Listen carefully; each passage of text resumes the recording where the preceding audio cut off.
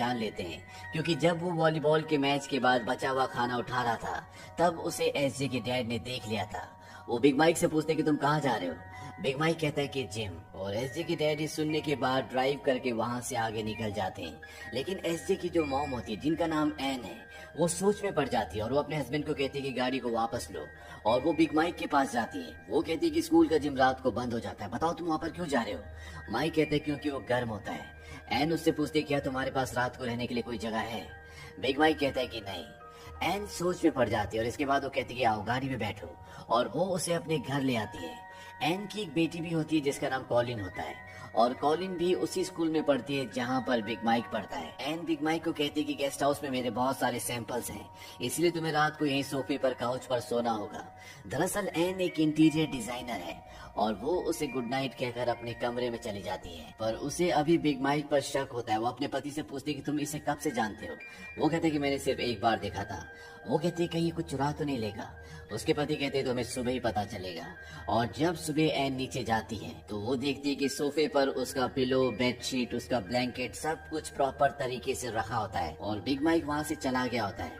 वो बाहर जाकर देखती है तो बिग माइक उसके गार्डन के पास होता है। वो उससे पूछती तुम कहाँ जा रहे हो। बिग माइक कहता है कि मुझे नहीं पता। एन कहती है कि थैंक्स गिविंग की आज छुट्टी है, क्यों ना तुम थैंक्स गिविंग हमारे साथ मनाओ। और बिग माइक उनके घर पर एक बार फिर से चला जाता है। एन सबको ब्रेकफास्ट लेने के लिए कहती है। सब के सब ब्रेकफास्ट ले लेते हैं और टीवी के सामने जाकर बैठ जाते हैं। बिग माइक अपना ब्रेकफास्ट लेकर डाइनिंग टेबल पर अकेला बैठा होता है और दूर से एन ये देख लेती है। वो समझ जाती है कि उसकी जिंदगी में अकेलापन है और वो टीवी बंद करके अपने पूरे परिवार को कहती है कि हम सब डाइनिंग टेबल पर खाना खाएंगे।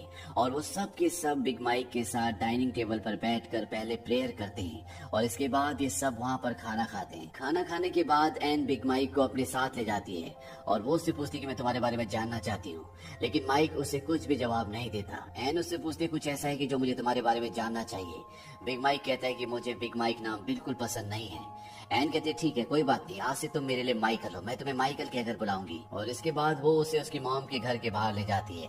बिग माइक अपनी मॉम के घर जाता है और वो देखता है कि वहाँ पर कोर्ट का नोटिस होता है। उसकी मॉम को घर से निकाल दिया गया है क्योंकि उन्होंने कई महीनों से किराया नहीं दिया था। और बिग माइक वापस एक बार फिर से एन की गाड़ी में आकर बैठ जाता है। अब एन माइक को एक स्टोर में ले जाती है जहाँ पर लार्ज क्लोथ्स मिलते हैं और वो उसे बोलती है कि तुम अपने लिए कुछ कपड़े ले लो। हालांकि वो नहीं लेना चाहता, लेकिन उनके कहने पर वो वहाँ से कुछ कपड़े खरीद लेता है। और अगले दिन वो एन के बेटे एसजे के साथ स्कूल में पहली बार अच्छे कपड़े पहनकर जाता है। और रात को जब वो काउच पर सोने की तैयारी कर रहा होता है तो एन उससे पूछते क्या तुम यहाँ पर कुछ और रातें रुकना चाहते हो।